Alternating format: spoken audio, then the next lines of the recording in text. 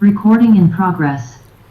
अ, जय हुआ family fellowship की तरफ से मैं आप सबका धन्यवाद करता हूँ कि एक बार आप फिर हमारे साथ जुड़ सके। और सबसे बड़ा धन्यवाद करता हूँ खुदा प्रभु यीशु मसीह का, जिन्होंने हमें एक बार फिर ये मौका दिया कि एक छोटे से परिवार के ऊपर बैठ के हम एक बार फिर उसकी महिमा स्तुति और धन्यवाद दे सकें। धन्यवाद दे सकते हैं उसके उस पूरे दिन के लिए कि उसने हमें संभाल के रखा, जिंदों की ज़मीन पर ज़िंदा रखा, खुश खुरून रखा। और मैं ये विश्वास करता हूँ कि हर एक फैमिली मेम्बर जो जहाँ कहीं भी हैं खुश व खुर्रम होंगे और सारी आशीषें और महिमा हम उसको देने वाले बनेंगे। आज की इस मीटिंग को स्टार्ट करते हैं और मैं अमन स्टीफन से रिक्वेस्ट करूंगा कि इस मीटिंग को आगे लेके जाए। Thank you. आप सभी को जय मसीह की। बाइबल में से हम पढ़ेंगे फिलिपियों 4:4।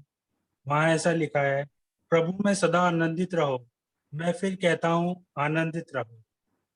आमीन। अब मैं ओपनिंग प्रेयर के लिए मिस्टर डिक्सन लाल जी से रिक्वेस्ट करूंगा ओपनिंग प्रेयर करने में हमारी अगुवाई करें। जय मसीह की सभी को। मेरी आवाज आ रही है? जी जी। आइए हम दुआ करें। अपने आंखों को बंद करें, हाथ जोड़ें और खुदा की तरफ अपने प्रार्थना और निवेदन लेकर के चलें। कुदूस कुदूस कुदूस खुदावंदा, हम आपके शुक्रगुजार हैं खुदावंदा कि आपने हमें आज तक संभाल करके रखा है खुदावंदा। हम आपके शुक्रगुजार हैं खुदावंदा कि आपने हमें दिन भर संभाला खुदावंदा, और ये मुबारक समय दिखलाया कि हम सब परिवार वाले परिवार जन एक साथ इकट्ठा होकर के बैठ सके, आपके नाम को ले सके, आपके नाम का धन्यवाद देने वाले हो सके खुदावंदा। इसमें हमारी कोई लियाकत नहीं है खुदावंदा, लेकिन ये सिर्फ आपका प्यार और ये आपकी मेहरबानी है जो आप हमारे ऊपर दिखाते हैं खुदावंदा। हम आपसे दुआ मांगते हैं खुदावंदा कि आप हमारे गुनाहों में हमें माफ कर दीजिएगा खुदावंदा। हमसे दिन भर में जो भी गुनाह हो गए हैं खुदावंदा, जाने और अनजाने, आप उन गुनाहों में हमें माफ कर दीजिएगा खुदावंदा। हम इस समय दुआ मांगते हैं विशेष तौर से खुदावंदा कि जबकि हम इस प्रार्थना सभा को शुरू करते हैं खुदावंदा, आप इस प्रार्थना सभा में उपस्थित होइएगा। जैसे आपने कहा है कि जहाँ 2 या 4 मेरे नाम से उपस्थित होंगे, मैं वहाँ होऊंगा। हम यही उम्मीद के साथ में और इसी उम्मीद के साथ में इस प्रार्थना सभा को शुरू करते हैं खुदावंदा कि आप हमारी इस प्रार्थना सभा में उपस्थित होंगे।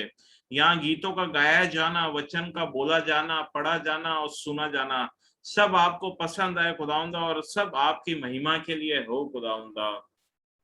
हम आपसे विशेष तौर से दुआ मांगते हैं खुदावंदा हमारे परिवार के हर एक जन के लिए खुदावंदा। जो कोई बीमारी के बिस्तर पे है खुदावंदा, आप उनको छुएगा खुदावंदा, ताकि आपके छूने से उनकी सारी बीमारियां दूर हो जाए खुदावंदा। जो भी बीमार है, एक एक का नाम लेकर के हम आपसे दुआ मांगते हैं। खास तौर से दुआ मांगते हैं क्वीनी आंटी के लिए खुदावंदा। आप उनके साथ होएगा, उनके शरीर में क्या परेशानियां है हमें तो नहीं मालूम खुदावंदा, लेकिन आपको मालूम है खुदावंदा। इस शरीर के रचयिता आप ही हैं खुदावंदा, और आपने इस शरीर को रचाया है खुदावंदा। हम आपसे दुआ मांगते हैं कि आप अपना शिफा भरा हाथ उनके ऊपर रखिएगा खुदावंदा, ताकि उनकी जो भी दर्द है, परेशानी है, वो सब दूर हो जाए खुदावंदा, और वो चंगी होकर के और बिल्कुल भली चंगी होकर के आपके नाम को धन्यवाद देने वाली हो सके खुदावंदा।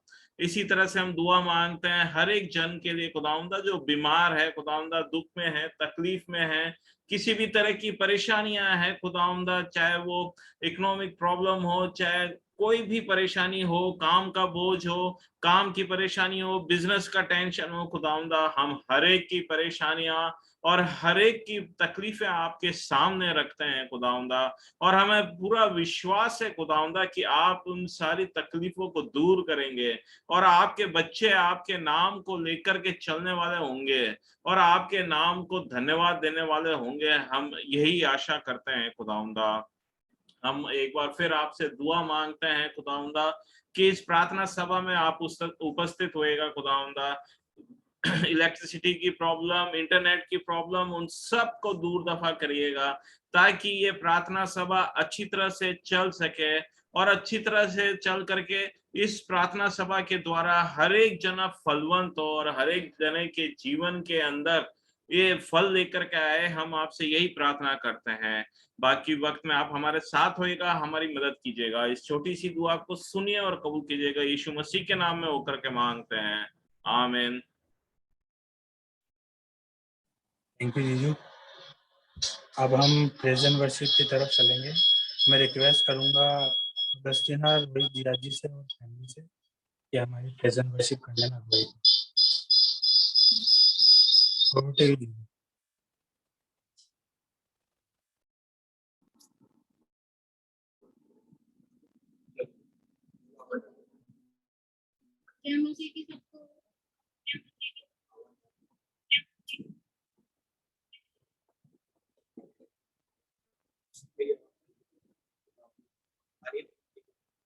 आपके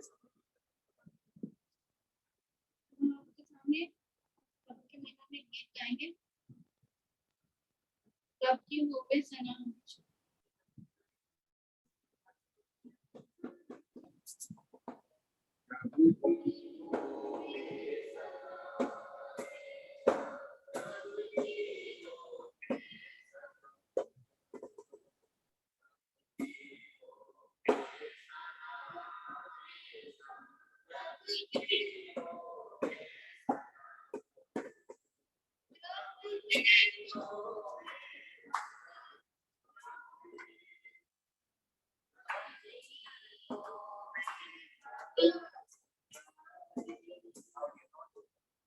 एक सेकंड इसके ऑडियो ये इसमें आवाज ठीक आ रही है। हाँ ब्रदर, इसमें बेटर आ रही है।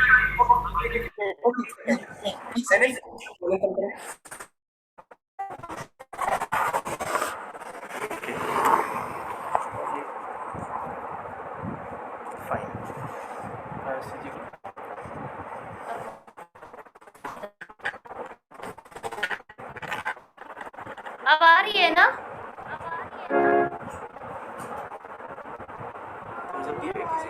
अब आ रही थी।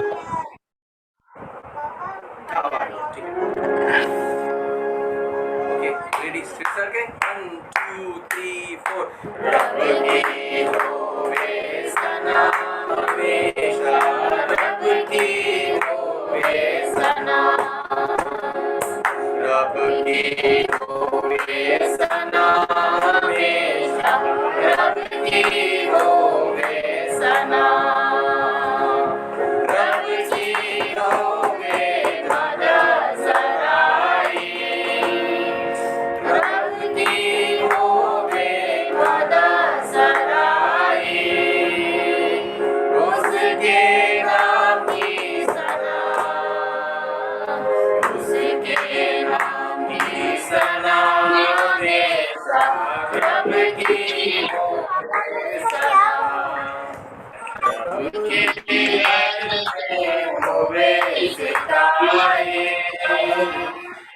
रब के घर में होवे सितारे उसके नाम की सना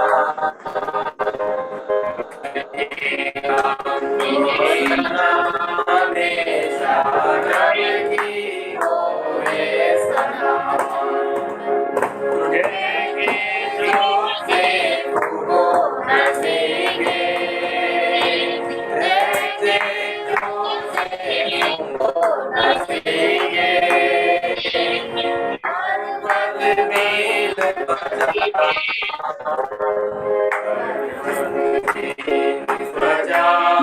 हमेशा रब की होवे सना रब की होवे सना हमेशा रब की होवे सना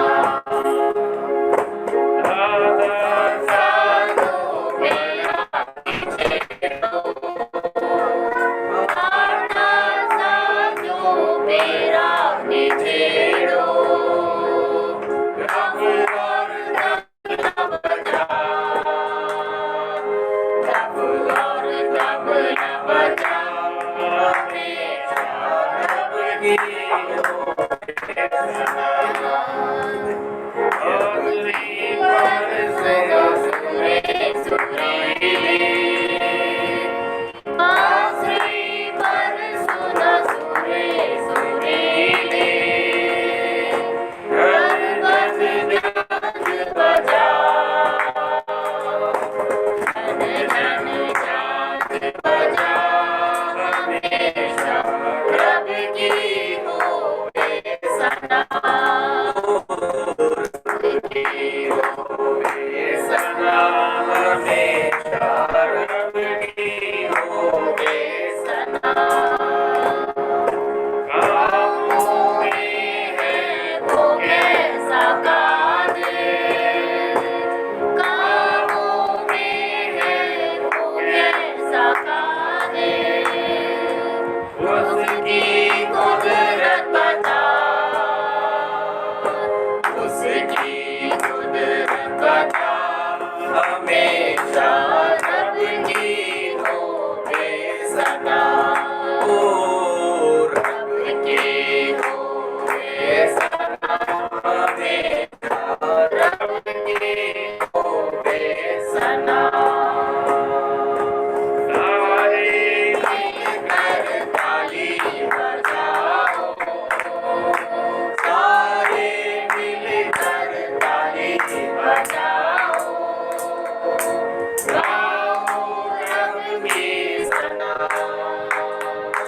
गाओ रब की सना, हमेशा रब की होवे सना, ओ रब की होवे सना, हमेशा रब की होवे सना। अब हम कोरस गाएंगे। थोड़ा जोर की बोलिए प्लीज। अब हम कोरस गाएंगे। तूने मेरा चित्र बनाया। तूने मेरा चित्र बनाया अपनी हथेली पर, अग्नि बनकर बादल बनकर संवारेगा जिंदगी भर। दुनिया चाहे छोड़े मुझे, दुनिया चाहे छोड़े मुझे, मुझे छोड़ेगा खुदावन, तू है चांदी से भी कीमती, खुदावन तू है सोने से महंगा भी,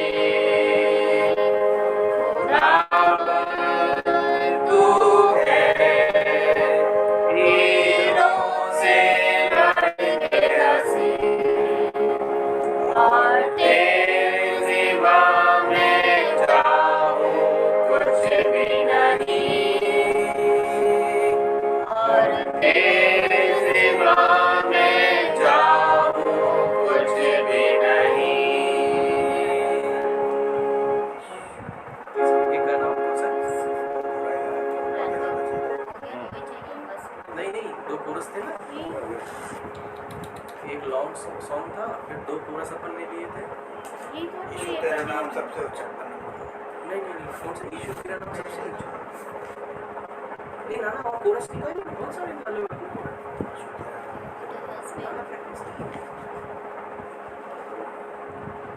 सॉफ्ट अगर सॉन्ग कोई कौन सा?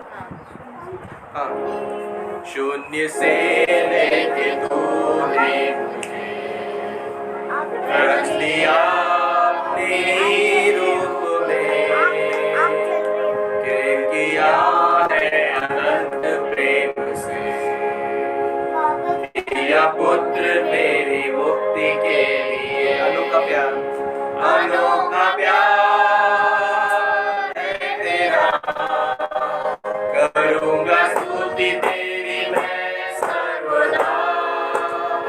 अनोखा प्यार है तेरा, करूंगा स्तुति तेरी मैं सर्वदा। जब मैं आया यीशु स्वर्ग छोड़ के, मेरा सारा दंड सह लिया उसने, घोड़े खा के क्रूस उठा के यीशु ने मुझे मुक्ति और चंगाई दे दी है।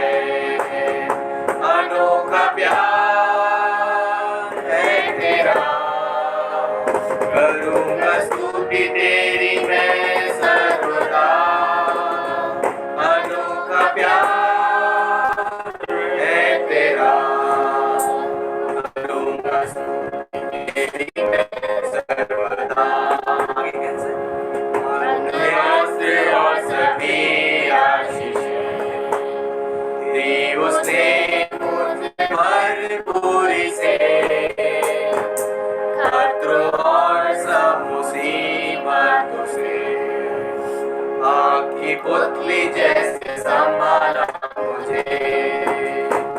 अनोखा प्यार है तेरा, करूंगा स्तुति तेरी मैं सर्वदा, अनोखा प्यार है तेरा, करूंगा स्तुति तेरी मैं सर्वदा।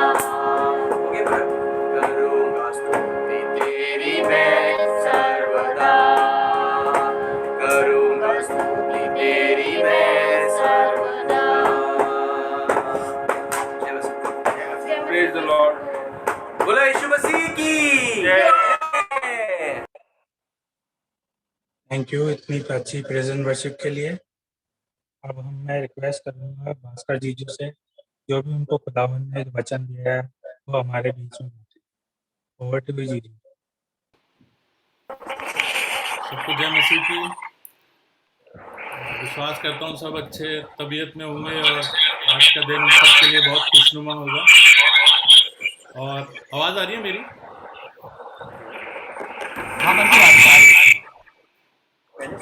और सब अच्छी तबीयत में है। आज की शाम अच्छा सा संडे सब लोगों ने बिताया है और ये समय है जब हम कुछ देर वचन में बिताना चाहते हैं।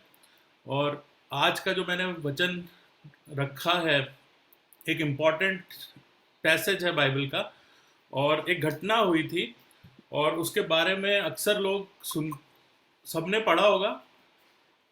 कई बार लोगों के दिमाग में ख्याल भी आता है कि ऐसा क्यों हुआ, और उसी घटना के बारे में आज मैं बात करना चाहता हूँ। अगर सिर्फ इंट्रोडक्शन दूं तो उज्जा एक आदमी था, उसके बारे में ये है। और इससे पहले कि हम उसके बारे में डिस्कस करें, मैं बाइबल में से इसको पढ़ना चाहता हूँ जहाँ पे इसका रेफरेंस मिलता है। और रेफरेंस इसका 2 जगह मिलता है। पहला इतिहास उसका 13वां अध्याय उसकी 6 से लेके 10 आयत तक में, और सेम रेफरेंस जो है आपको मिलेगा दूसरा शमूएल उसकी 6ठी किताब 6ठा अध्याय 1 से लेके 11 आयत तक में। और दोनों जगह एक ही बात को लिखा गया है। पहले पढ़ते हैं इसमें क्या लिखा है और उसके बाद हम इसके बारे में बात करेंगे। मैं पढ़ रहा हूँ पहला इतिहास उसका 13वां अध्याय 6ठी से लेके 10वीं आयत तक, जहाँ इस प्रकार लिखा है, तब दाऊद सब इजराइलियों को संग लेकर बाला को गया, और किर्यतरीम भी कहलाता था और यहूदा के भाग में था, कि परमेश्वर यहोवा के संदूक को वहां से ले आए। वह तो करूबों को पर विराजने वाला है और उसका नाम भी यही लिया जाता है। तब उन्होंने परमेश्वर का संदूक एक नई गाड़ी पर चढ़ाकर अबीनादाब के घर से निकाला, और उज्जा और आह्यो उस गाड़ी को हाँकने लगे। दाऊद और सारे इजरायली परमेश्वर के सामने तन मन से गीत गाते और वीणा, सारंगी, ढफ, झांझ और तुरहियां बजाते थे। जब वे किदोन के खलिहान तक आए, तब उज्जा ने अपना हाथ संदूक को पकड़ने के लिए बढ़ाया, क्योंकि बैलों ने ठोकर खाई थी। तब यहोवा का कोप उज्जा पर भड़क उठा और उसने उसको मारा, क्योंकि उसने संदूक पर हाथ लगाया था। वह वहीं परमेश्वर के सामने मर गया। आइए एक छोटी सी दुआ करेंगे। प्रभु जी, मेरे मुंह के से निकलने वाली हर एक बात, मेरे दिल के ख्याल प्रभु जी आपके सामने ग्रहण योग्य हो। ऐसी कोई बात ना निकले जो आपके नाम को कम करे। प्रभु जी होने दीजिए प्रभु जी कि आज जो भी बातें मैं यहाँ शेयर करता हूँ सबके दिलों तक पहुँचने वाली हों। जो यहाँ बैठे हैं प्रभु जी, उनको सुनने के कान और ग्रहण करने का मन दीजिए। सिर्फ सुने नहीं प्रभु जी, पर अपनी ज़िंदगियों में उतारें और आगे लोगों तक बांटने वाले हो सके। सारी चीज़ें आपके हाथ में रखते हैं, मांगते हैं खुदावंद यीशु मसीह के नाम से, आमीन। अब मैंने आपको ये हमने पढ़ लिया और हम लोग जानते भी हैं कि उज्जा जो था वो अबीनादाब के घराने से था, और दाऊद ने जब ये सोचा कि हम इसको अपने वाचा के संदूक को लेके यहूदा में जाएंगे, दाऊदपुर में जाएंगे, यरूशलेम में जाएंगे, तो वो जब लेके चले तो ऐसा हुआ कि एक जगह बैलों ने ठोकर खाई और वो वाचा का संदूक गिरने लगा और उज्जा ने उसे हाथ लगाया और वहीं उस हाथ लगाने के कारण वहीं परमेश्वर का कोप उस पर भड़का और वो मर गया। और इसके बाद की अगर आयतों में हम पढ़ें, इसके बाद की जस्ट आयत में अगर हम पढ़ें तो वहां लिखा है कि दाऊद अप्रसन्न हुआ, दाऊद नाराज हुआ इस बात से, और फिर उसने उस वाचा के संदूक को वहीं छोड़ा, वहीं से थोड़ी दूर एक जगह पर रखवाया, पर दाऊदपुर अपने घर, अपने घराने, अपने शहर नहीं लेके गया उस टाइम पे वो, और उसने उसको दूसरी जगह पहुंचा दिया। अब इससे पहले कि हम इस सारी बातों पे आए, मैं दाऊद के लिए बताना चाहता हूं कि जब इस चैप्टर को हम पढ़ते हैं, 13वें चैप्टर को, तो इससे पहले दाऊद की जिंदगी में बहुत सारी लड़ाइयां और बहुत सारे अस्थिरता थी, बहुत जगह वो लड़ाई लड़ता हुआ आया था। मगर यहाँ पर आके जब परमेश्वर ने उसको स्थिर किया तो उसने सबसे पहले अच्छी बात क्या जानी कि मैं परमेश्वर का जो वाचा का संदूक है उसको लेके अपने घर आऊं। और ये बहुत अच्छी बात है कि जब हम परेशानियों से गुजरते हैं, जब हम, ये हमारे लिए सीखने की बात है कि जब वो उन परेशानियों से हम गुजरते हैं और ऐसा समय आता है कि जब वो परेशानियां बीत जाती हैं, हम अच्छे समय में आते हैं, तो हमारे लिए बहुत अच्छा है कि हम परमेश्वर को याद करें। कई बार ऐसा होता है कि परेशानियों में हम परमेश्वर को लगातार याद करते रहते हैं, मगर जब समय अच्छा होता है, बदल जाता है, तो हम परमेश्वर को याद नहीं करते। और दाऊद की अच्छी बात यहाँ पर यह थी कि वो अच्छे समय में जब उसको स्थिर किया गया तो स्थिरता के समय में उसने सबसे पहले अच्छा जाना कि मैं वाचा के संदूक को लेके आऊं। अब वाचा का संदूक जब हम यहाँ पर बात कर रहे हैं तो मैं आपको थोड़ा सा इसका बैकग्राउंड भी दे दूं कि वाचा का संदूक चला कहाँ गया था। आप में से बहुत लोगों ने पढ़ा होगा, मैं थोड़ा सा इसका बैकग्राउंड दे दूं कि पलिश्तियों के साथ इजरायली लड़ाई लड़ रहे थे और एक बार ऐसा हुआ कि पलिश्तियों ने इजरायलियों को हारने लगे इजरायली पलिश्तियों से। तो जब वो हारने लगे तो उन्होंने सोचा कि हम वाचा के संदूक को यहाँ लेके आते हैं और वाचा के संदूक पे क्योंकि परमेश्वर विराजमान होता है और वो हमें जिताएगा और हम फलिश्तियों को हरा देंगे। मगर हुआ कुछ ऐसा कि जब वो वाचा का संदूक उनके बीच में पहुंचा तब भी इजरायली हार गए, और जब वो हार गए तो फलिश्तियों ने ना सिर्फ इजरायलियों को मारा पर उस वाचा के संदूक पे कब्जा कर लिया। अब ये वाचा का संदूक इजराइल से बाहर आकर फलिश्तियों के पास था और फलिश्ती ये लोग जानते थे कि ये एक सेक्रेट चीज है, एक ऐसी चीज है जो कि पवित्र मानी जाती है। तो उन्होंने उसे कोशिश तो की उसको इज्जत देने की, मगर क्योंकि वो खुदावंत के दिए गए रूल्स को नहीं जानते थे, लॉ को नहीं जानते थे और उन बातों को नहीं जानते थे कि परमेश्वर ने उस वाचा के संदूक के लिए क्या कही है, वो उस चीज को फॉलो नहीं कर सकते थे और इसी की मार उनके ऊपर पड़ी। जब फलिश्तियों के पास ये वाचा का संदूक था तो फलिश्तियों ने उसको अपने मंदिरों में रखने की कोशिश की और ऐसा होता था कि रात को वो उसको मंदिर में छोड़ते थे और सुबह जब उठते थे तो पाया जाता था कि उनके जो देवता थे वो उल्टे पड़े हुए मिलते थे।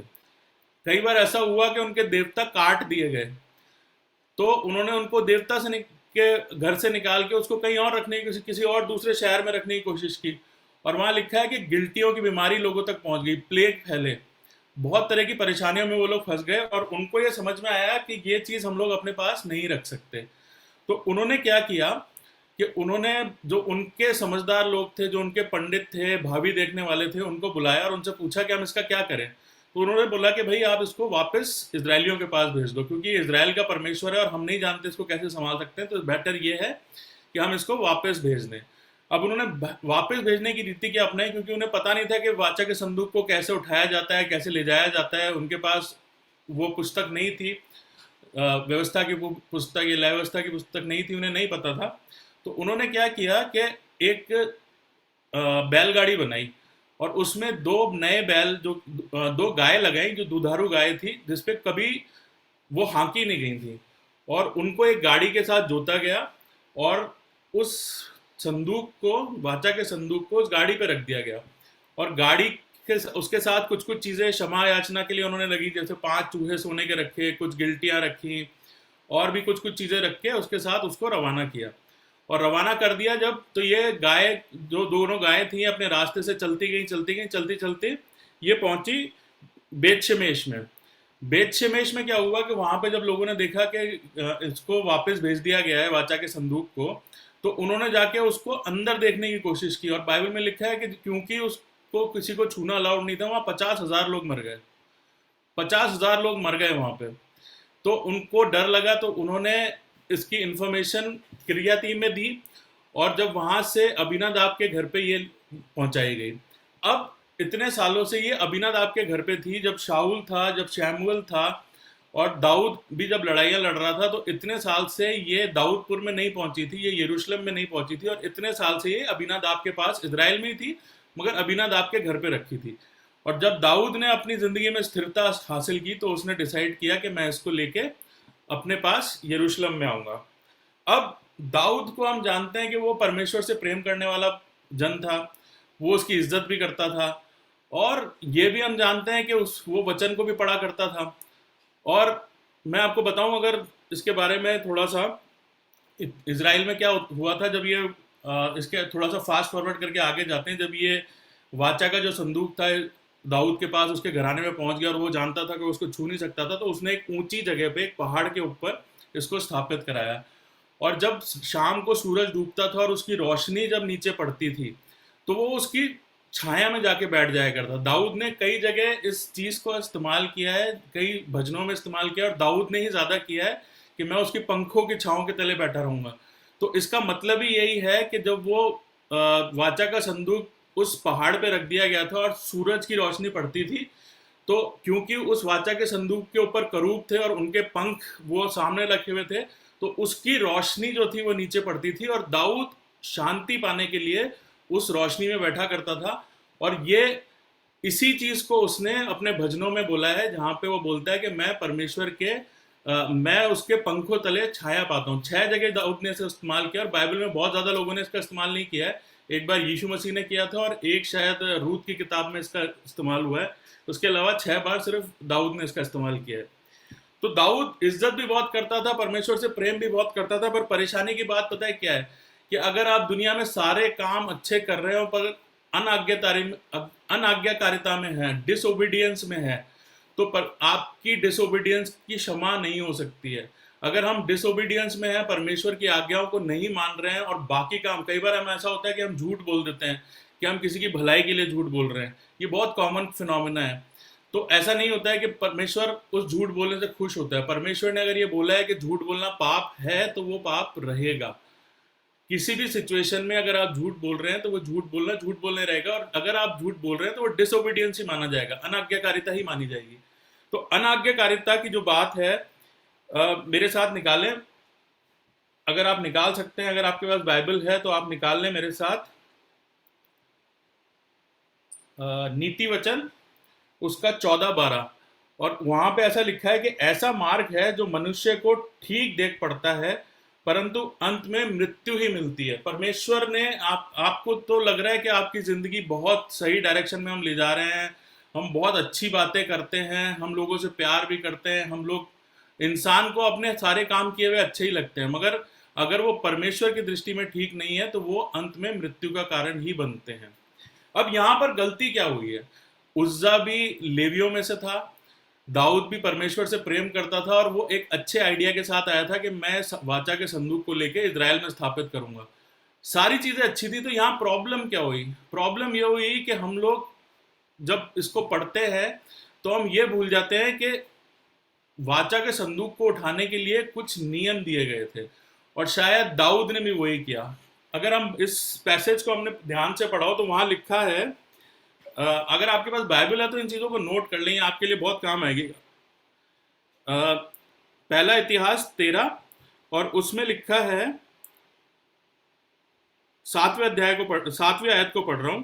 तब उन्होंने परमेश्वर का संदूक एक नई गाड़ी पर चढ़ाकर अबीनादाब के घर से निकाला। एक नई गाड़ी पर चढ़ा के निकाला। ये क्या प्रोसेस था? ये प्रोसेस बाइबल में नहीं दिया गया था, ये किताब व्यवस्था में नहीं दिया गया था। ये वो प्रोसेस था जब फलिश्तियों ने वाचा के संदूक को भेजा था, क्योंकि उनके पास व्यवस्था नहीं थी, उनको नहीं पता था, तो उन्होंने अपना एक तरीका निकाला था कि हम उसको बैल गाड़ी पे बैठाएंगे और उसके बाद वहां से भेज देंगे।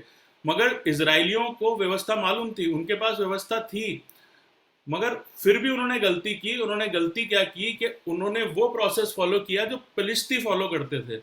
उन्होंने उसको बैलगाड़ी के अंदर रख के ले जाने की कोशिश की। पहली गलती तो उनसे ये हो गई। मेरे साथ निकाल लें, अगर आपके पास बाइबल है तो मेरे साथ निकाल लें गिनतियों की किताब अध्याय 4 और उसकी 5वीं आयत से पढ़ रहा हूं मैं।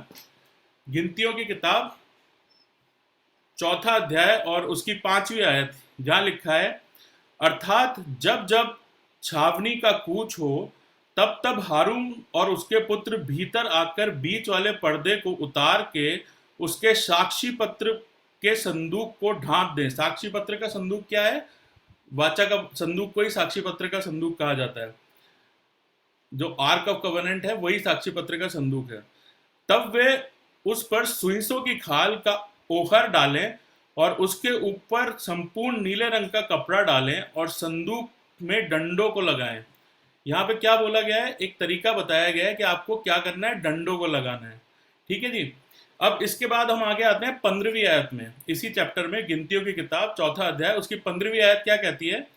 और जब हारून और उसके छावनी के कूच के समय पवित्र स्थान और उसके सारे सामान को ढांप चुके, तब उसके बाद कहाती उसके उठाने के लिए आए। कहाती उसके उठाने के लिए आए, पर किसी वस्तु को ना छुएं। उनको उठाना अलाउड था मगर किसी चीज को छूना अलाउड नहीं था। किसी पवित्र वस्तु को छूना अलाउड नहीं था। उठाने के लिए क्या था? वो लकड़ियां थी जिसके द्वारा उठाया जाता था। कहीं ऐसा ना हो कि मर जाएं। कहातियों के उठाने के लिए मिलाप वाले तंबू की यही वस्तुएं थी। अब ये कहाती कौन थे? जब हारून को महायाजक बनाया गया तो लेवियों को ये दिया गया कि वो लोग जाके लेवियों को वाचा के संदूक और जो मंदिर था उसको संभालने की जिम्मेदारी दी गई। और कहातियों की जिम्मेदारी ये थी कि वाचा के संदूक को उठा के ले जाए। ऐसे ही गढ़शेनी थे, ऐसे ही मरारी थे, जिनको अलग अलग जिम्मेदारियां दी गई थी। और यहाँ पर कहातियों के लिए बताया गया कि संदूक की उठाने की जिम्मेदारी उनकी थी। दूसरी जगह और आ जाए मेरे साथ, निर्गमन की किताब उसका 25वां अध्याय। निर्गमन की किताब उसका 25वां अध्याय और 13वीं आयत में लिखा है, फिर बबूल की लकड़ी के डंडे बनवाना और उन्हें भी सोने से मढ़वाना।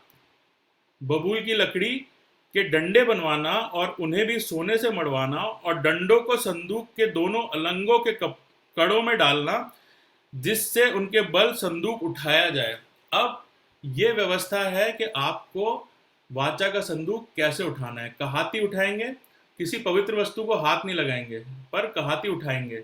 उठाएंगे कैसे? कि वहां पे डंडे दिए गए, उन डंडों के सहारे उठाया जाए। और दाऊद ने यहाँ क्या किया था? वो बैलगाड़ी में ले जाने की कोशिश कर रहा था।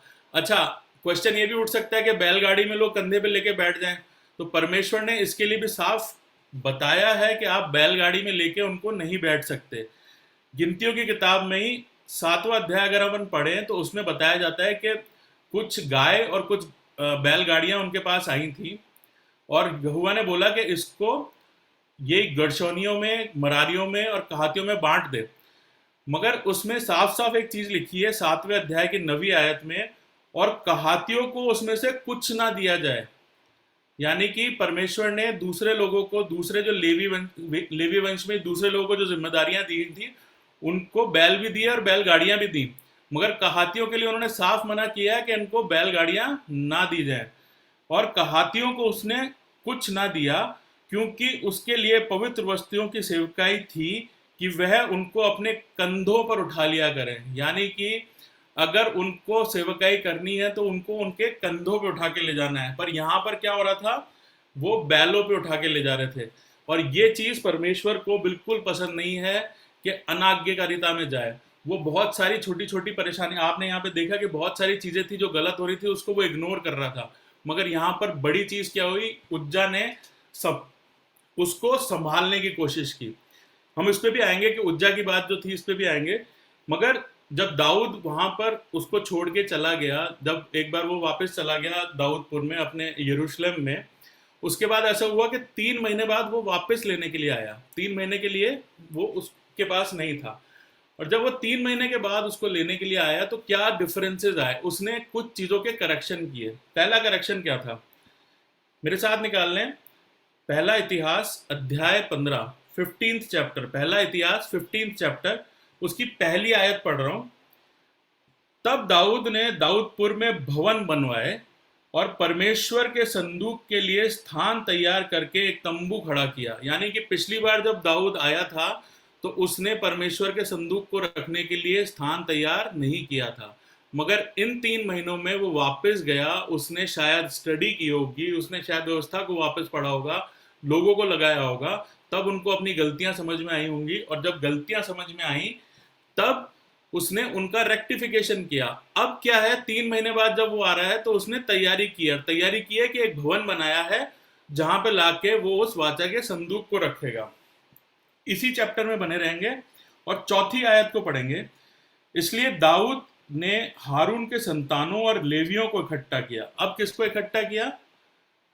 उसने इकट्ठा किया, दाऊद ने हारून के संतान और लेवियों को इकट्ठा किया। हारून के संतान यानी कि महायाजक, और लेवियों के संतान जो सेवा टहल किया करते थे टैबरनेकल की या परमेश्वर के तंबू की, और वाचा के संदूक की जो सेवा टहल किया करते थे वो लेविय थे। 5वीं आयत में लिखा है, अर्थात कहातियों में से उरियल नामक प्रधान को उसके 120 भाइयों को। यहां पर उसने कहातियों को लेके गया वो साथ में। पिछली बार वो लेके नहीं गया था अपने साथ कहातियों को। कहातियों का काम क्या था? वाचा के संदूक को उठाना। और किसको ले गया वो? मरारियों में से असाया नाम प्रधान को और उसके 220। मरारियों का काम क्या था? जो दूसरी चीजें होती थी तंबू में, जो एक्स्ट्रा चीजें होती थी, उनको उठाने का काम उनका होता था। फिर तीसरे थे, 7वीं आयत में लिखा है, गेर्शोमियों में से योएल नाम प्रधान को और उसके 130 भाइयों को। मैंने आपको बताया कि 3 तरह के लोगों को जिम्मेदारी दी गई थी। पहले कहातियों को, दूसरा मिरारियों को और गोरशेमियों को। यहाँ पर साफ लिखा है कि उसने भवन बनाया और उन लोगों को जिनकी जरूरत होती थी वाचा के संदूक को उठाने के लिए, परमेश्वर की पवित्र चीजों को ट्रैवल कराने के लिए, ले जाने के लिए, उनको तैयार किया, उनको साथ लिया। 13वीं आयत में क्या लिखा है? क्योंकि पहली बार तुमने उसको ना उठाया, इस कारण हमारा परमेश्वर यहोवा हम पर टूट पड़ा। अब उसको समझ में आ गया है कि उज्जा क्यों मरा। पिछली बार वो नाराज था कि परमेश्वर तूने उज्जा को क्यों मार दिया, मगर यहाँ उसको समझ में आ गया है कि हमसे गलती हुई थी। और उसने बोला है, क्योंकि पहली बार तुमने उसको ना उठाया, इस कारण हमारा परमेश्वर हम पर टूट पड़ा, क्योंकि हम उसकी खोज के नियम के अनुसार ना लगे थे। जो उसने नियम ठहराए थे उसके अनुसार नहीं थे, इसलिए उज्जा पे परमेश्वर का कोप भड़का। 15वीं आयत में क्या लिखा है?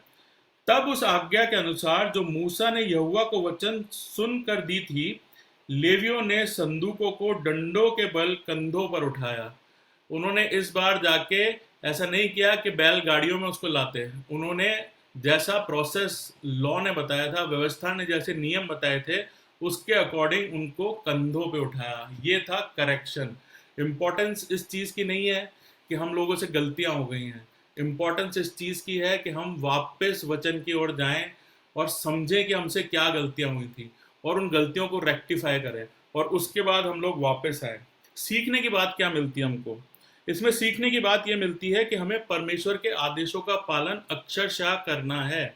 जैसा हमें कमांडमेंट दिया गया है वैसा का वैसा हमें पूरा करना है। अगर आप अपनी सोच से करेंगे, मैंने आपको नीति वचन में पढ़ाया कि ऐसा मार्ग है जो मनुष्य को ठीक देख पड़ता है, परंतु उसके अंत में मृत्यु ही मिलती है। अगर हम मनुष्यों के रास्तों से चलेंगे तो हमें नाश होना पड़ेगा, और अगर हम वचन के द्वारा जो हमको मिला है उसके द्वारा चलेंगे तो हमें अंत में वही जीवन मिलेगा जिसकी हम तलाश के अंदर हैं। दूसरी इंपॉर्टेंट बात हम इससे क्या सीखते हैं कि यीशु मसीह का आना जो था वो क्यों इंपॉर्टेंट था। यहाँ पर उज्जा अच्छा काम कर रहा था, यहाँ दाऊद अच्छा काम कर रहा था, वो गाते बजाते आ रहे थे, वो खुशी मना रहे थे, वो हर चीज अच्छी कर रहे थे, मगर उनसे एक गलती हुई कि उन्होंने उज्जा ने गलती से उस वाचा के संदूक को हाथ लगा लिया। और यही चीज पुराने नियम में या व्यवस्था में है कि अगर आप कितने भी अच्छे काम कर लो, अगर आप कितनी भी अच्छाइयाँ कर लो, आप इंसान बन के पैदा हुए हो और एक भी गलती आपसे होती है तो उस गलती की माफी ना होकर सजा हुआ करती थी। दाऊद हो, अब्राहम हो, मूसा हो, यहोशू, आप जिसका भी नाम लेना चाहें पुराने नियम में से उठा लें, नए नियम में से भी उठा लें, कोई ऐसा इंसान नहीं है जिससे गलती या पाप नहीं हुआ हो और गलती और पाप की माफी नहीं थी। गलती और पाप की माफ़ी अगर हमें मिलती है तो वो यीशु मसीह के आने के द्वारा। और ये कहानी हमको ये इम्पोर्टेंस बताती है कि क्यों यीशु मसीह हमारे लिए ज़िंदगी में आए, क्यों उन्होंने बलिदान दिया। क्योंकि हम इंसान हैं, हम बार बार गलती करेंगे, कई बार हम गलती करके परमेश्वर के पास लौट के नहीं आते हैं। ज़रूरी क्या था कि दाऊद की तरह हम वापस व्यवस्था में जाएं। हमारी व्यवस्था क्या है? हमारी बाइबल। हम किताब में जाएं, उसको वापस सीखें और अपनी ज़िंदगी को फिर राह पे लाने की कोशिश करें। ये बहुत इंपॉर्टेंट है और यीशु मसीह हमको यही सिखाता है कि उसने माफ़ी रखी हुई है। आप अपनी गलती को पहचानो, रिपेंट करो, माफ़ी मांगो और आपके लिए वापस रास्ता तैयार है जो उद्धार की ओर जाता है। मगर सबसे इम्पॉर्टेंट बात, जो उज्जा की बात मैंने आपको की, वो मैं आपसे यहाँ करना चाहता हूँ और ये हाईलाइट है आज के उसका। अब हुआ क्या था? बैलगाड़ी जा रही थी, उसको ठोकर लगी, वाचा का संदूक गिरने लगा और उज्जा ने हाथ लगा के उसको संभालने की कोशिश की। उज्जा ने बहुत बड़ी गलती कर दी। Man fumbles and God saves. आदमी लड़खड़ाता है, गलती करता है, परमेश्वर संभालता है। ना तो परमेश्वर लड़खड़ा सकता है, ना तो परमेश्वर गलती कर सकता है। वो अति पवित्र, महापवित्र है। ना तो वो गलती कर सकता है और ना इंसान की इतनी कुव्वत है कि वो उन गलतियों को निकाले या परमेश्वर को सहारा देने की कोशिश करे। और यहाँ बहुत बड़ी गलती उज्जा से हो गई थी। हम अक्सर बहुत बार परमेश्वर की गलतियां निकालने लगते हैं। हम अपनी सिचुएशन में आते हैं, परमेश्वर मैं तो बहुत अच्छा काम कर रहा था, मेरी जिंदगी में परेशानी क्यों आई। हम अपने रिश्तेदारों की जिंदगी में आ जाते हैं कि अरे यार ये तो बहुत अच्छा आदमी था, इसके साथ ऐसा क्यों हो गया, परमेश्वर आप तो गलत कर रहे हो। हम परमेश्वर की गलतियां निकालने लगते हैं। हम इंसान होके और बुराइयां करने लगते हैं। ये तो छोड़िए, हम बाइबल में से गलतियां निकालने लगते हैं। कैसी गलतियां निकाल देते हैं? हम इतने समझदार हो जाते हैं, हम इंसान होके इतने समझदार हो जाते हैं कि हम परमेश्वर का लड़खड़ाना ढूंढते हैं। भाई आपको अदन की वाटिका बनानी थी तो आपने वो सेब का पेड़ वहां रखा ही क्यों? आप नहीं रखते तो हुआ खाती नहीं। क्वेश्चन आता है, हम लोग पूछते हैं, परमेश्वर से पूछते हैं। अरे भाई परमेश्वर ने कोई रॉबर्ट्स नहीं बनाए थे, कोई कठपुतलियां नहीं बनाई थी, उसने इंसान बनाए थे और उसको सही और बुरे का ज्ञान उसको बताया था कि ये तुझे खाना है, ये तुझे नहीं खाना। और उसने अपनी समझ से जाके वो पाप किया। परमेश्वर ने नहीं बोला था कि तुम पाप करना, उसने वो सारी चीजें रखी थी। उसने रोबोट नहीं बनाया था, उसने कठपुतलियां नहीं बनाई थी कि तुम्हें ऐसा करना है और ऐसा नहीं करना है। वो चाहता तो हमें रोबोट की तरह फीड करके भेज देता कि भैया तुम्हें सिर्फ इसी राह पे चलना है। वो चाहता था कि हम इंसान की तरह रहें, हम अपने परिवार में रहें, हम जो अच्छी चीजें उसने दुनिया में रखी हैं उसका फायदा उठाएं। मगर क्योंकि इंसान गलत रास्तों पर चलने में ज्यादा विश्वास रखता है, शैतान ने उसको बहकाया और उसने क्या किया, वो चीज जो परमेश्वर ने उसे मना की थी वो उसने कर दी। और अब हम उसी पे क्वेश्चन उठाते हैं कि परमेश्वर आप रखते ही नहीं। हम परमेश्वर को सिखाने लगते हैं। अय्यूब की बात आती है, अय्यूब के लिए बहुत सारे लोग बोलते हैं कि भाई अय्यूब की जिंदगी में इतनी सारी परेशानी आपने क्यों डाल दी?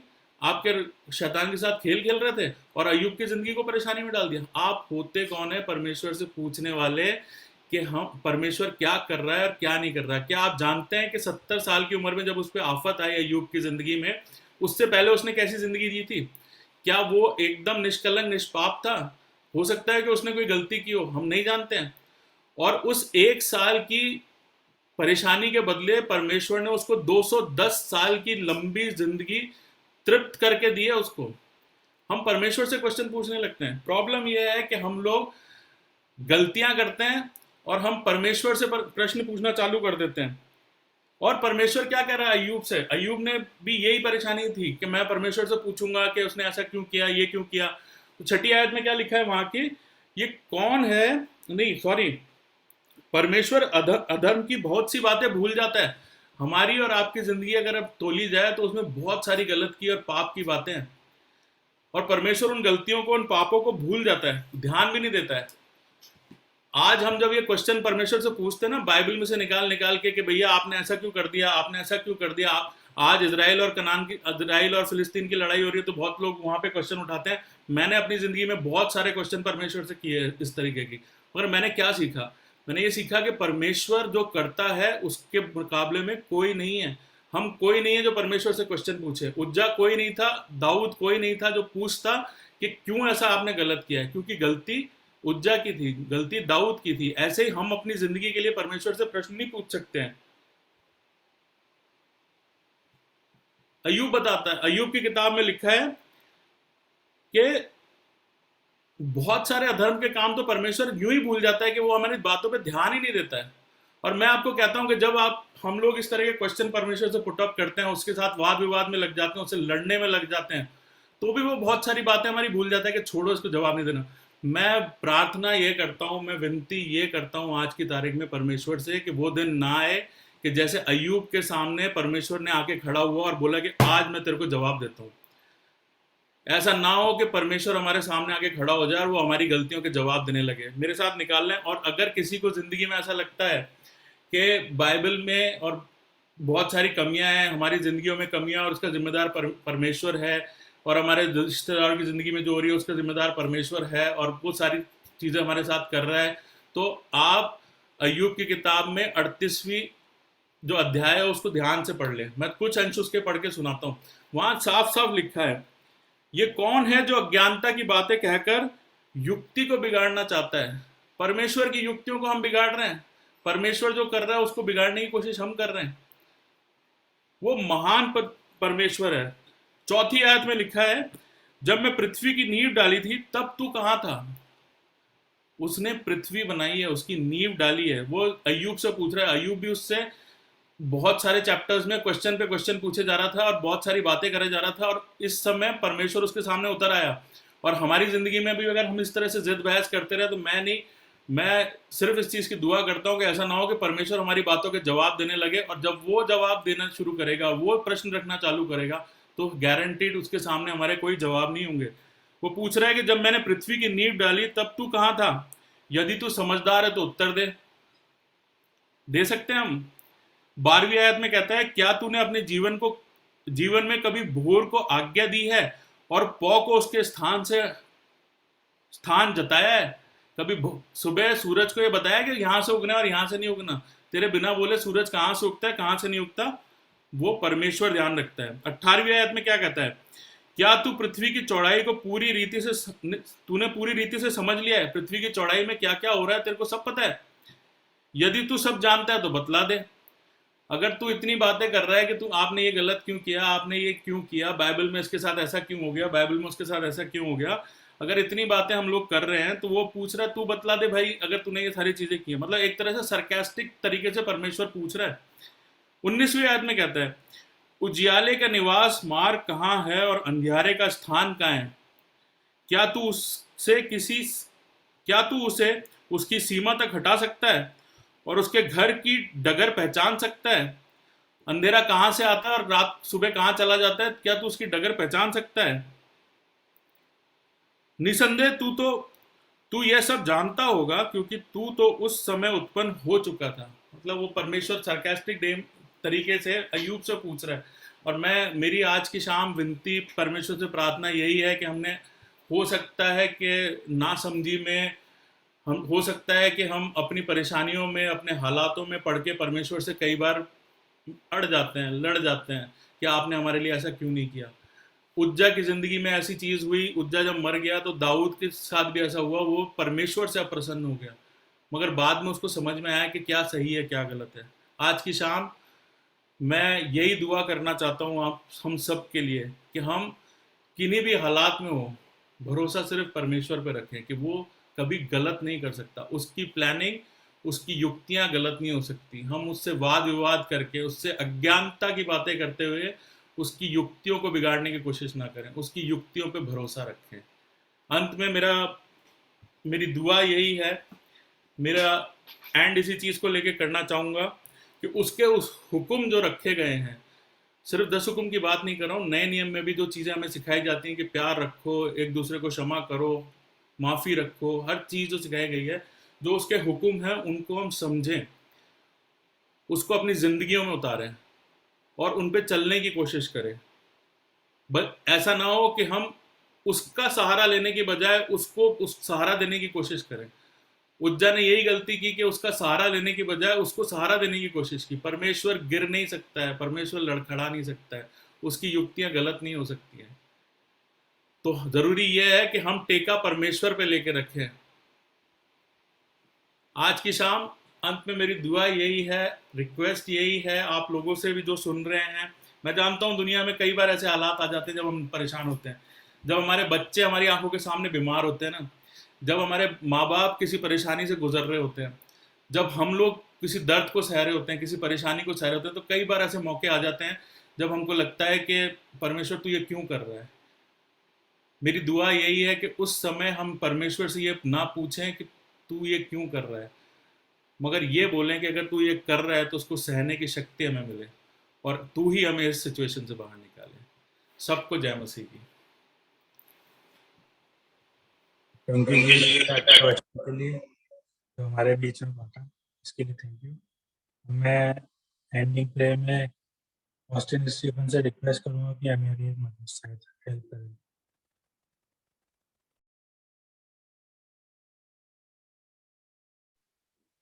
Praise the Lord. Praise the Lord. आइए हम प्रार्थना करें। धन्यवाद धन्यवाद धन्यवाद धन्यवाद। महिमा स्थिति की योगी पिता परमेश्वर, आपका लाखों बार धन्यवाद दिया चाहते हैं परमेश्वर पिता, हर एक उत्तम से उत्तम आशीषों के लिए, हर एक उन तमाम बरकतों के लिए, हर एक उन नियामतों के लिए परमेश्वर पिता, क्योंकि आपने हम में से हर एक के जीवन में इनायत की है परमेश्वर पिता। खास तौर से परमेश्वर पिता आज की सुंदर शाम के लिए और सुंदर संगति के लिए परमेश्वर पिता, जो परमेश्वर पिता हम जूम मीटिंग के जरिए परमेश्वर पिता किया हुआ फैमिली फेलोशिप में परमेश्वर पिता आपके नाम में परमेश्वर पिता की संगति में बैठने पाए हैं, परमेश्वर पिता की उपस्थिति में बैठने पाए हैं परमेश्वर पिता, आपका लाखों बार धन्यवाद दिया चाहते हैं परमेश्वर पिता कि आप रोज ब रोज परमेश्वर पिता हमें अपनी महिमा के लिए, अपने जलाल के लिए परमेश्वर पिता और परमेश्वर पिता अपनी सेवा के लिए इस्तेमाल में लेकर आ रहे हैं परमेश्वर पिता, के लिए आपका लाखों बार धन्यवाद देते परमेश्वर पिता। और परमेश्वर पिता आपके बेटा बेटियों के जरिए परमेश्वर पिता आपके सुंदर वचनों को हमारे बीच में बांट रहे हैं परमेश्वर पिता, उसके लाखों बार धन्यवाद देते हैं परमेश्वर पिता। खास तौर से परमेश्वर पिता का लाखों बार धन्यवाद देते हैं परमेश्वर पिता।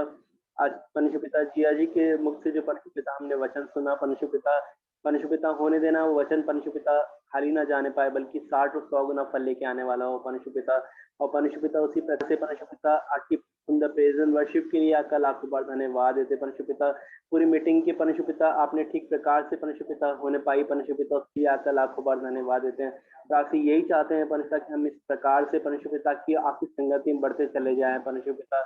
और जो कोई बीमारी की हालत में परेशान है, तकलीफ में, बीमारी हारी में है परमेश्वर पिता, और किसी कारण से परमेश्वर पिता इस मीटिंग को ज्वाइन नहीं कर पाया परमेश्वर पिता, उसके लिए मैं आपसे प्रार्थना कर रहा हूँ परमेश्वर पिता। हर एक बच्चे को परमेश्वर पिता अपनी महिमा में परमेश्वर पिता आपकी आशीषों में नवाजना परमेश्वर पिता, उससे परमेश्वर पिता वो भी परमेश्वर पिता अपने मन में दीन और नम्र होकर परमेश्वर पिता आपकी उपस्थिति में बैठने वाला हो सके परमेश्वर पिता, आपके वचन को सुनने वाला हो सके परमेश्वर पिता, ना केवल आपके वचन को सुनने वाला हो परमेश्वर पिता, उससे चलने वाला भी बन सके परमेश्वर पिता।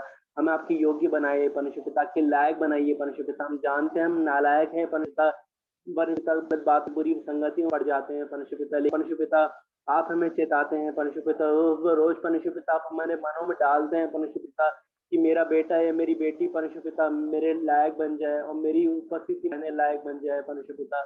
होने देना परमेश्वर पिता, हम परमेश्वर पिता ऐसे ना बने परमेश्वर पिता, बल्कि परमेश्वर पिता हम आपकी उपस्थिति में आपको सराहने वाले हो परमेश्वर पिता, अपनी आपके योग्य बनने वाले हो परमेश्वर पिता। परमेश्वर पिता हम अपने जीवन को परमेश्वर पिता परखने वाले हो परमेश्वर पिता, जांचने वाले अपने मनों को परमेश्वर पिता कि हम अपने जीवनों में कैसी राहों पर चल रहे हैं परमेश्वर पिता। परमेश्वर पिता की शाम में परमेश्वर पिता हमें दीन और नम्रता का मन दे परमेश्वर पिता, जिससे परमेश्वर पिता हमारे जीवन की हर एक बुराइयां, हर एक तकलीफें, हर एक बीमारी हारियां परमेश्वर पिता जो कि हम क्लेम नहीं करते हैं परमेश्वर पिता, आपके वचन को हम अपने जीवन में क्लेम करते हैं परमेश्वर पिता, क्योंकि परमेश्वर पिता की कोड़े खाने से हम निश्चित पाई है परमेश्वर पिता, उस वचन को परमेश्वर पिता अपने जीवन में हम क्लेम करते हैं तो पिता आपसे ये परमेश्वर पिता कि परमेश्वर पिता हर एक बच्चन जो परमेश्वर बीमारी में पाया था परमेश्वर पिता, वो फैमिली फेलोशिप के हर एक परिवार के हर एक बच्चों को परमेश्वर पिता आपके नाम से ब्लेस करता हूँ परमेश्वर पिता, आपसे यही चाहता हूँ परमेश्वर पिता हम आपके नाम में चंगे भले पाए जाए परमेश्वर पिता। खास तौर से ताई के लिए आपसे प्रार्थना कर रहे हैं परमेश्वर पिता कि परमेश्वर पिता आपने उन्हें चंगाई दी परमेश्वर पिता, और जो कुछ भी कमी घट रही है परमेश्वर पिता, हर एक रिपोर्ट को परमेश्वर पिता आपने अपने अपने मसीह नाम में परमेश्वर पिता हर एक रिपोर्ट को नॉर्मल किया है परमेश्वर पिता, और जो कुछ भी तकलीफ है परमेश्वर पिता हम नहीं जानते परमेश्वर पिता रिपोर्ट क्या कहती है, डॉक्टर क्या कहते हैं परमेश्वर पिता, मैं केवल ये जानता हूँ परमेश्वर पिता जब हम दीन और नम्र होकर परमेश्वर पिता की नजदीकी माँ है परमेश्वर पिता, तो आप अपने बेटा बेटी जानकर परमेश्वर पिता आपने हमारे जीवनों में उसी घड़ी परमेश्वर पिता, उसी क्षण परमेश्वर पिता आपने हमारे शरीर में जीवन परमेश्वर पिता आपने चंगाई को दे शुरू कर रहा है परमेश्वर पिता। आपका लाखों बार धन्यवाद हो परमेश्वर पिता सुंदर प्रेम के लिए परमेश्वर पिता। खास तौर से ताई के लिए आपका लाखों बार धन्यवाद देते हैं परमेश्वर पिता, कि परमेश्वर पिता उन्हें धीरे धीरे परमेश्वर पिता, भले ही परमेश्वर पिता क्षण क्षण के परमेश्वर पिता उनके जीवन में चंगाई आ रही, लेकिन परमेश्वर पिता हम जानते हैं वो चंगाई परमेश्वर पिता सदा सर्वदा के लिए है। परमेश्वर पिता आपका लाखों बार धन्यवाद हो परमेश्वर पिता। उसी प्रकार से परमेश्वर पिता अगर किसी को परमेश्वर पिता इस मीटिंग में कोई परेशान है, तकलीफ में, बीमारी के साथ परमेश्वर पिता बैठे, परमेश्वर पिता आज की शाम में हर एक को अपनी नजदीकी में लेकर आते, आपसे चाहते हैं परमेश्वर पिता कि आपके शिफा भरे हाथ को बढ़ाकर, आपके उन छिदे हुए हाथों को बढ़ाकर परमेश्वर पिता उनके जीवन में कामिल शिफा को इनायत करे परमेश्वर पिता। जिससे हर एक बशर परमेश्वर पिता अपने परेशानियों को परमेश्वर पिता, दुखों को याद न करे, बल्कि परमेश्वर पिता केवल और केवल आपकी उन आशीषों को, आपकी उन नियामतों को, आपकी उन बरकतों को अपने स्मरण लेकर आए परमेश्वर पिता, और आपके सुंदर प्रेम के स्मरण में लेकर आए जो परमेश्वर पिता आपने परमेश्वर पिता कलवरी की उस पर परमेश्वर पिता अपनी मौत को परमेश्वर पिता अपने जीवन को दे दिया परमेश्वर पिता पापियों के लिए। परमेश्वर पिता उस बात को स्मरण में लेकर आए जिससे परमेश्वर पिता अपनी बीमारियों को परमेश्वर पिता वो छोटा जानकर परमेश्वर पिता आप नाम में बढ़ सके परमेश्वर पिता। ऐसी माँ से प्रार्थना कर रहे हैं परमेश्वर पिता, अपने आप को, पूरे परिवार परमेश्वर पिता इस जूम को परमेश्वर पिता हाथों में सौंपते हैं परमेश्वर पिता, और इस दुआ को मांग लेते हैं प्यारे प्रभु यीशु मसीह के नाम को मांगते हैं बाप, आमीन। मैं हमारे बाप तू जो आसमान पर है, तेरा नाम पाक माना जाए, तेरी बादशाहत आए, तेरी मर्जी ऐसे आसमान में पूरी होती है इस जमीन पर ही पूरी हो। हमारी रोज की रोटी आज हमें बख्श दे, जिससे अपने कसूरों को माफ करते हैं, तुम कसूरों को माफ कर, हमें आजमाइश में ना पड़ने दे, बल्कि बुराई से बचा, क्योंकि बादशाहत और जलाल हमेशा तेरी है, आमीन। ये जीवन तेरा है प्रभु, समर्पित तुझको है। ये जीवन तेरा है प्रभु, समर्पित तुझको है। कठिन परिस्थितियों में विचलित ना होऊंगा मैं, कठिन परिस्थितियों में विचलित ना होऊंगा मैं। हर पल संभालता है, हर पल संभालता है। ये जीवन तेरा है प्रभु, समर्पित तुझको है, समर्पित तुझको है, आमीन। थैंक यू, थैंक यू, जय माता, प्रेज द लॉर्ड सबको, जय।